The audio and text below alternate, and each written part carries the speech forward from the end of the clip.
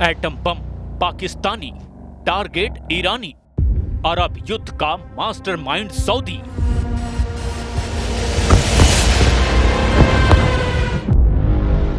इस वक्त पश्चिम एशिया से लेकर के अरब की जमीन पर जो जंगी पैंतरे चल रहे हैं वो वाकई सर्वनाश के पुख्ता संकेत हैं। एक तरफ गाजा में इजरायली हमले में एक ही दिन में 100 के करीब फिलिस्तीनी मारे गए, 4 लाख से ज्यादा फिलिस्तीनी गाजा सिटी छोड़कर भाग चुके हैं, तो वहीं दूसरी तरफ राष्ट्रपति ट्रंप ने सऊदी अरब के प्रिंस मोहम्मद बिन सलमान के साथ मिलकर ईरान के खिलाफ ऐसी परमाणु चाल चली है जिसने ईरान को बैकफुट पर करना शुरू कर दिया है।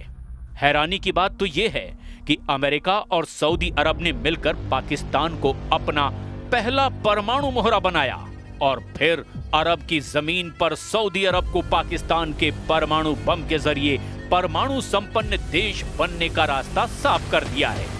चौंकाने वाली बात तो यह है कि जो दावे किए जा रहे हैं कि सऊदी अरब और पाकिस्तान की परमाणु हथियारों की डील इजराइल और भारत को ध्यान में रखकर की गई है, उस दावे को ठेंगा दिखाते हुए अब पता चला है कि सुन्नी मुस्लिम देश सऊदी अरब शिया मुस्लिम देश ईरान को टारगेट करने के लिए पाकिस्तान को परमाणु मोहरा बनाकर इस्तेमाल कर रहा है। यानी ईरान के ऊपर सऊदी अरब पाकिस्तान के परमाणु बमों से हमला कर सकता है, क्योंकि ईरान एक शिया मुस्लिम मुल्क है और सऊदी अरब से उसका 36 का आंकड़ा हमेशा रहा है। हम आपको गाजा में खूनी संग्राम से लेकर अरब युद्ध में मास्टरमाइंड बनने जा रहे सऊदी अरब की वो चाल दिखाने जा रहे हैं जिसने पुतिन के भी ईरान के बहाने पसीने निकालने शुरू कर दिए हैं। ईरान पर गिरेगा पाकिस्तानी परमाणु बम, अमेरिका का मोहरा सऊदी अरब।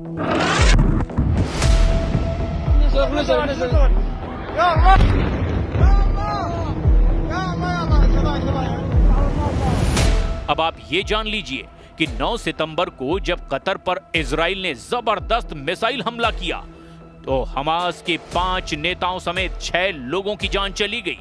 उसके बाद 57 मुस्लिम देशों वाले संगठन OIC या कहें कि इस्लामिक सहयोग संगठन ने इजराइल के खिलाफ भाषणबाजी तो खूब की, लेकिन जमीन पर कुछ असर अब तक दिखाई नहीं दिया। 9 सितंबर को कतर पर इजराइल ने मिसाइल हमला किया और मात्र इस हमले के 10 दिन के अंदर ही सऊदी अरब और पाकिस्तान के बीच परमाणु हथियारों को लेकर डील हो गई, या यूं कहें कि सऊदी अरब के बेतहाशा कर्ज में डूबे पाकिस्तान ने अपने परमाणु हथियार सऊदी अरब को एक तरह से बेच ही दिए।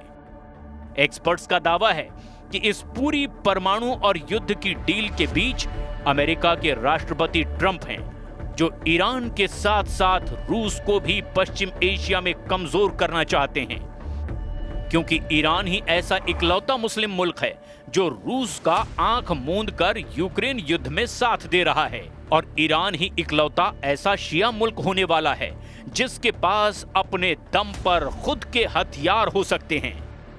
पाकिस्तान और सऊदी अरब ने 17 सितंबर को रियाद में एक रणनीतिक पारस्परिक रक्षा समझौते पर हस्ताक्षर किए।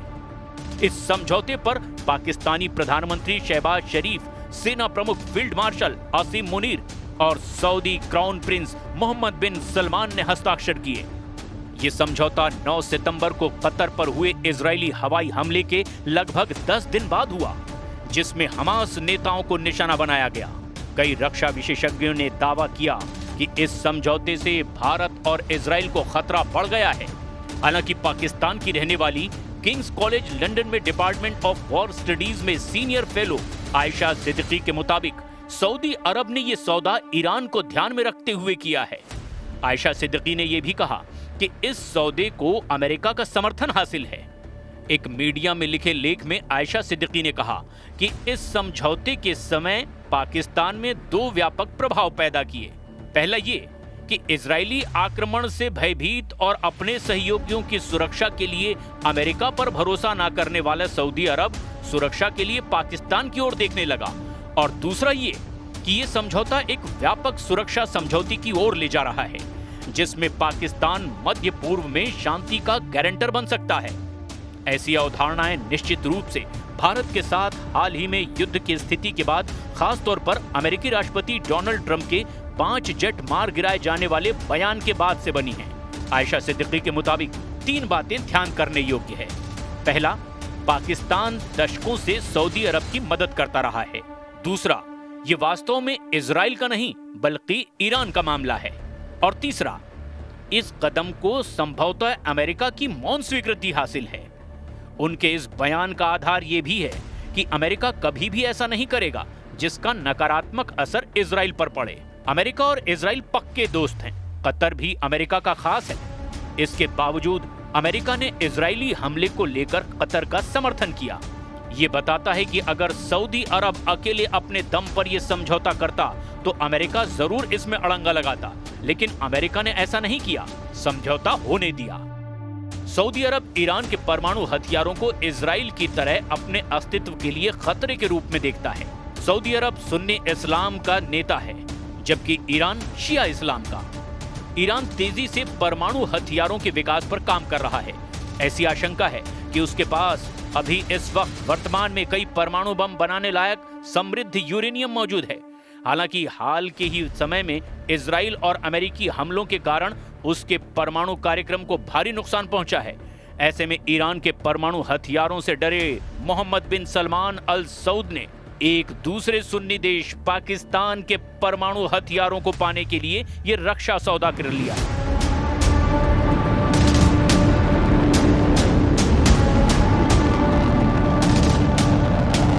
और मौसम इस वक्त तराजू में क्योंकि जब होता है कि एक पर हमला दूसरे पर हमला, तो फिर ज़ाहिर पाकिस्तान की तो भारत के साथ नहीं बनती। और हालिया भी जंग हुई, तो क्या ये समझा जाए कि बाकायदा तौर पर वो भी उस तरीके से इन्वॉल्व होंगे? अगर पाकिस्तान और भारत का तनाज़ा होता है, फिर सऊदी अरब का किसी से तनाज़ा होता है, तो हमारी भी फोर्सेज इन्वॉल्व होंगी? जी बिल्कुल, इसमें कोई शक नहीं है। हमने कोई किसी जो है वो मुल्क का नाम नहीं लिया कि कौन मुल्क जो है वो अग्रेसर होगा तो हम जो है वो रिटेलिएट करेंगे। ना सऊदी अरेबिया ने उसका कोई नाम लिया है, ना हमने कोई नाम लिया है। तो इट इज़ जस्ट एक अम्ब्रेला है जो प्रोवाइड किया गया है दोनों अतराफ से कि किसी के साथ भी एग्रेशन हो, किसी साइड से भी एग्रेशन हो, वो जॉइंटली उस चीज़ को जो है डिफेंड किया जाएगा, उस एग्रेशन का जवाब दिया जाएगा। पाकिस्तान के प्रधानमंत्री शहबाज शरीफ के साथ पाकिस्तानी सेना प्रमुख आसिम मुनीर, उप प्रधानमंत्री इशाक डार, रक्षा मंत्री ख्वाजा आसिफ, वित्त मंत्री मोहम्मद औरंगजेब और हाई लेवल डेलीगेशन सऊदी अरब पहुंचा है। जिस वक्त इस रक्षा समझौते पर साइन किए जा रहे थे, तब पाकिस्तानी सेना प्रमुख आसिम मुनीर भी वहां मौजूद थे। एक अधिकारी ने रॉयटर्स को बताया कि यह समझौता किसी खास देश या घटना के खिलाफ नहीं हुआ, बल्कि दोनों देशों के बीच लंबे समय तक चले गहरे सहयोग का आधिकारिक रूप है। लेकिन हकीकत में यह समझौता ईरान पर दोहरी मार है। उसके परमाणु फैसिलिटी पर हमले हो चुके हैं और सऊदी अरब को पाकिस्तान के परमाणु हथियार मिलने का रास्ता साफ हो चुका है। लेकिन हैरानी की बात यह है कि सऊदी अरब, कतर और पाकिस्तान कतर पर हमले और गाजा में कत्लेआम पर इजराइल के खिलाफ एक भी सख्त कार्रवाई नहीं कर पाए हैं, जबकि गाजा में इजराइल फिलिस्तीनियों को गाजा सिटी से भागने पर मजबूर कर रहा है। Gaza to Saudi Arab, Trump Netanyahu का अरब युद्ध।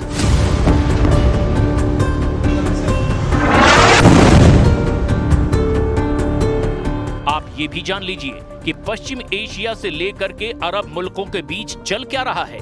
पहले गाजा के ताजा हाल को भी समझते हैं।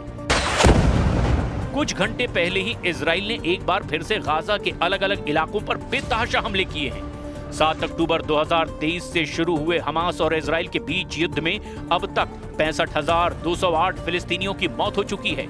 1,66,271 लोग घायल हो चुके हैं। इजराइल ने गाजा सिटी और दक्षिणी इलाकों में जमीनी अभियान और स्ट्राइक बढ़ा दिया है।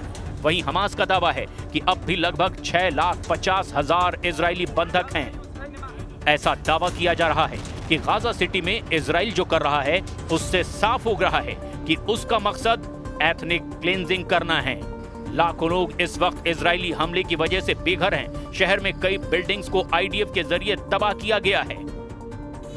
ऑपरेशन में सिर्फ 2 हफ्ते में 20 से ज्यादा टावर ब्लॉक ध्वस्त कर दिए गए हैं। सेना का कहना है कि इन इमारतों का इस्तेमाल हमास करता था, जबकि स्थानीय लोग और संयुक्त राष्ट्र मानवाधिकार कार्यालय यानी OHCHR इसे नागरिकों को जबरन उजाड़ने की कोशिश बता रहा है। इजरायली सेना ने हाल ही के दिनों में जैतून, मुफ्फा, शेजाया और शेख अल रदवान इलाकों में भी लगातार घरों को निशाना बनाया है। इन जगहों पर तबाही सैटेलाइट तस्वीरों में साफ दिखाई दी है।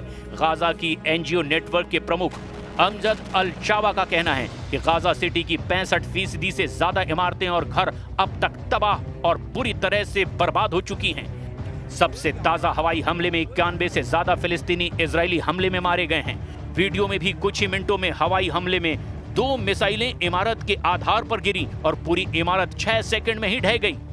धूल और मलबे ने आसपास खड़े सैकड़ों फिलिस्तीनी टैंकों को घेरे में देख लिया।